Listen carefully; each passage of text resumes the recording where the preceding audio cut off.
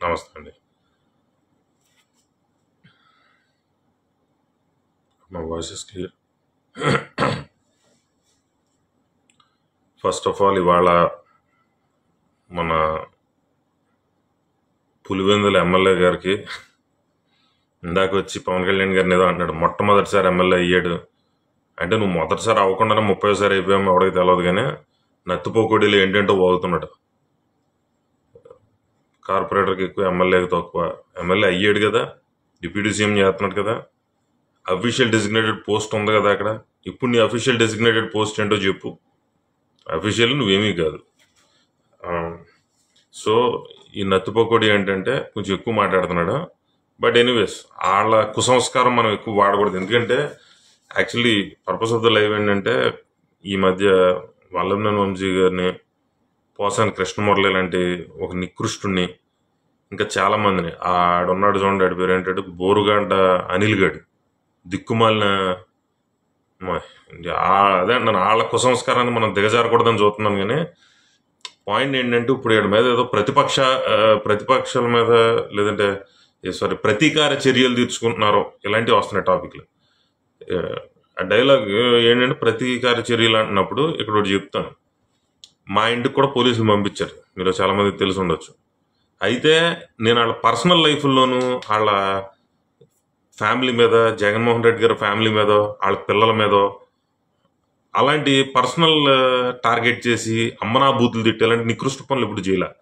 అయినా మా ఇంటికి పోలీసులు పంపించాడు. అదే మీకు ఇప్పుడు ద్వారంపూడి చంద్రశేఖర్ రెడ్డి లాంటి వాడు ఉన్నాడు, లంజా కొడుకని తిట్టాడు ఆ నోరేసుకుని.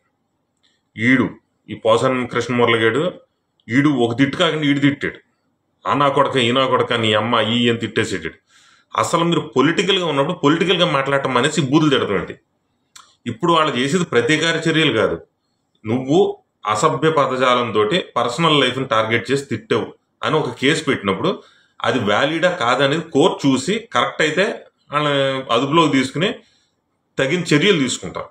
లేనప్పుడు లేదు, అంతే తప్ప ఇందులో పర్సనల్ వెంజెన్స్ అంటే ప్రతీకారం అంటే జగన్మోహన్ రెడ్డి ఫోర్స్ చేసి జనాలని తిట్టమని చెప్పి తిట్టి ఎదురు మన వాళ్ళని పర్సనల్గా తిట్టకపోయినా మా ఇంటికి పంపించినట్టు, జనాలు మా ఇంటికి పంపించినట్టు, పోలీసులు పంపించినట్టు పంపించి ఈ పనులు ఏం కాదు కదా. వాళ్ళు తప్పు చేశారా లేదా అది కోర్టుకి వెళ్తున్నారు, కోర్టు నోటీస్ ఇచ్చిన తర్వాతే వచ్చి వాళ్ళు తీసుకెళ్తాం తప్ప ఎవడో కంప్లైంట్ ఇచ్చాడని చెప్పి ఇంటికి పంపించాలి. నా మీద ఎఫ్ఐఆర్ లేదు, నోటీస్ లేదు, ఏమీ లేదు, డైరెక్ట్గా పోలీసులు ఇంటికి వచ్చేసారు అంటే వాళ్ళని ఫోర్స్ చేసి పంపించారు. ఇక్కడ అది కాదు పరిస్థితి. వీళ్ళు చేసిన తప్ప రైటా అని ఒక కేసు వేసినప్పుడు దాని మీద పూర్తిగా సమీక్ష చేసి పర్యవేక్షించి వాళ్ళు మాట్లాడిన డీటెయిల్స్ అన్ని ఆ point to point, pin to pin అన్ని కరెక్ట్గా పెడితే అవి చూసి ఓకే వీడు చేసి తప్పు, వీడు మాట్లాడిన విధానం కరెక్ట్ కాదు అని ఆ కోర్టు నిర్ధారించి ఓ నోటీస్ ఇస్తే ఆ నోటీస్ తీసుకెళ్లి వాళ్ళని అదుపులోకి తీసుకున్నారు తప్ప ఇలా లాక్కెళ్ళిపోతుంటే నన్నే తీసుకెళ్ళలేకపోయారు. నిజంగా వాళ్ళని ఎలా తీసుకెళ్ళగలరు? ఇంటికి వచ్చి మా ఇంట్లో కూర్చొని నన్నే తీసుకెళ్ళలేకపోయారు. నేనేమీ కాదు కదా, నేను తప్పు చేయలేదు, నేను రానని ఖచ్చితంగా చెప్పాను. నన్ను ముట్టుకుని తీసుకెళ్ళలేకపోయినా వాళ్ళ ఇంట్లోకి వస్తేనే మా ఎమ్మెల్యే గారు వచ్చి అవతల పొమ్మన్నాను. అప్పుడు కాదు, ఇప్పుడు మా ఎమ్మెల్యే, అప్పుడున్నాడు ఎమ్మెల్యే కదా ఎడ్డోడు, పక్కన పెడితే అలాగా వీళ్ళు చేసింది తప్పు. వీళ్ళు అమ్మనా బూతులు తిట్టారు, వీళ్ళు ప్రతీకార చర్యలు చేసి ఎదురు మనల్ని అన్న ప్రతీకార చర్యలు. ఈ ప్రతీకార చర్యలు కాదు. ఇప్పుడు లోకేష్ గారినో వాళ్ళ ఫ్యామిలీనో తిట్టాల్సిన అవసరం ఏంటి? First of all personal life మీదకి ఎందుకు వెళ్ళాలి? వాళ్ళ వైఫ్ గురించి ఎంత నీచంగా మాట్లాడారు, వాళ్ళ అమ్మగారి గురించి ఎంత నీచంగా మాట్లాడారు. ఆయన ఏదో ఒక మీటింగ్లోకి వెళ్తే అక్కడికి వచ్చి అతని మీద కూడా పడ్డా ఏడ్చారు. నీకు పొలిటికల్గా ఒక నచ్చకపోతే పొలిటికల్గా నువ్వు విమర్శించు. ఆడు చేసిన ఆ పని ఏదైతే ఉందో ఆ పని నువ్వు తిట్టు. ఇప్పుడు లోకేష్ గారు చేసిన పనులు నీకు నచ్చలేదు అనుకో, ఆయన నువ్వు ప్రొఫెషనల్గా అంటే పొలిటికల్ స్టేజ్ మీద అతను ఈ పని తప్పు చేస్తున్నాడు, ఈ పని రైట్ చేస్తున్నాడు అని దాని మీద నువ్వు విమర్శించు. పర్సనల్ లైఫ్ మీదకి వెళ్ళాల్సిన అవసరం ఏంటి? అసలు అంత నీచానికి దిగజారిపోయింది. ఇప్పుడు ఇది ఎందుకు చెయ్యాలో చెప్పనా? ఇది భవిష్యత్ తరాలకే నోటికి ఏమొస్తే అది వాగితే అర్థం పర్థం లేకుండా పర్సనల్ లైఫ్లోకి వెళ్ళి వాగితే ఇలాగే జరుగుతుంది అనేది తెలవాలి. దానికి ఇది ఒక ఎగ్జాంపుల్ అవ్వాలి. ఇప్పుడు చేసి పని ఇది ప్రతీకార చర్య కాదు, it is a statement to the society, to the political society. ఏంటంటే నోటికి ఏమొస్తే అది పిచ్చుకుక్కలా వాగటం తప్పు.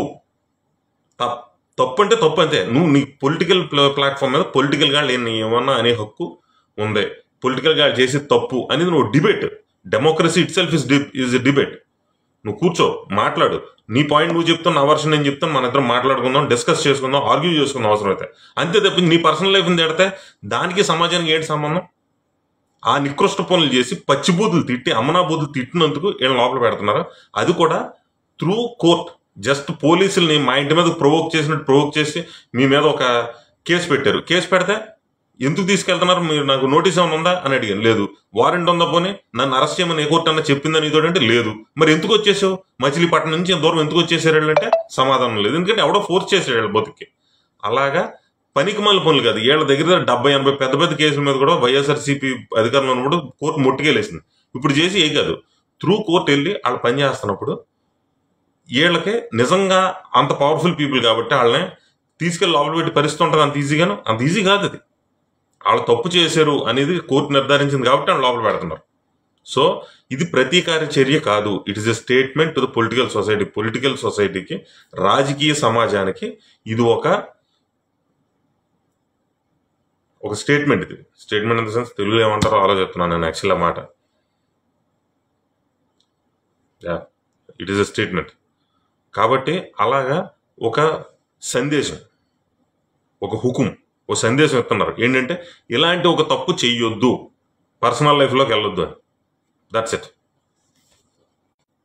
అండ్ జగన్ గారికి, మీరు ప్రతిపక్ష నాయకుడు అవ్వరో, మీది ఒక తప్పు ఉంటే తప్ప, అంటే మీకు సరిపడిగా సీట్లు లేవు కాబట్టి మీరు ప్రతిపక్ష హోదాకే పనికిరారు. ఇది మీకు ఏ భాషలో చెప్తే అర్థమవుతుందో, నోటితో చెప్పినా మీకు అర్థం కావట్లేదని, మీకు దేంతో చెప్పాలో కూడా ఎవరికి తెలవట్లేదు. దయచేసి మీరు అది అర్థం చేసుకోండి. మీ థిక్ స్కిన్లోకి, మీ థిక్ స్కల్లోకి అది ఎలా ఇంజెక్ట్ చేస్తారో, ఎవరు చెప్తారో తెలవట్లేదు అది. ఎందుకంటే ప్రతిపక్ష హోదాకి కనీసం సీట్లు ఉండాలి. అది లేకపోతే మీరు ఎమ్మెల్యేలు అవుతారు. మిగిలింది మేమే కదా, మమ్మల్ని ప్రతిపక్షం చేశారు కాదు. ఇప్పుడు 4 ఇండిపెండెంట్ క్యాండిడేట్లు వచ్చారు అనుకోండి, ఒక ఇండిపెండెంట్ క్యాండిడేట్ ప్రతిపక్ష హోదా అయిపోతాడా, ప్రతిపక్ష నాయకుడు అయిపోతాడా? అసెంబ్లీలో ఉన్నారు వాళ్ళు కూడా. అంతే, నువ్వు కూడా అసెంబ్లీలో ఉన్నావు. మినిమం సీట్స్ రాందే నువ్వు ప్రతిపక్ష నేత అవ్వవు. నువ్వు జర్మనీలో అవుతావు, ఇక్కడ అవ్వవు. కాబట్టి నువ్వు జర్మనీయో యూకే వెళ్ళి నీ మందులయ్యో మింగుతో అక్కడ బతుకు, ఇక్కడికి రావద్దు.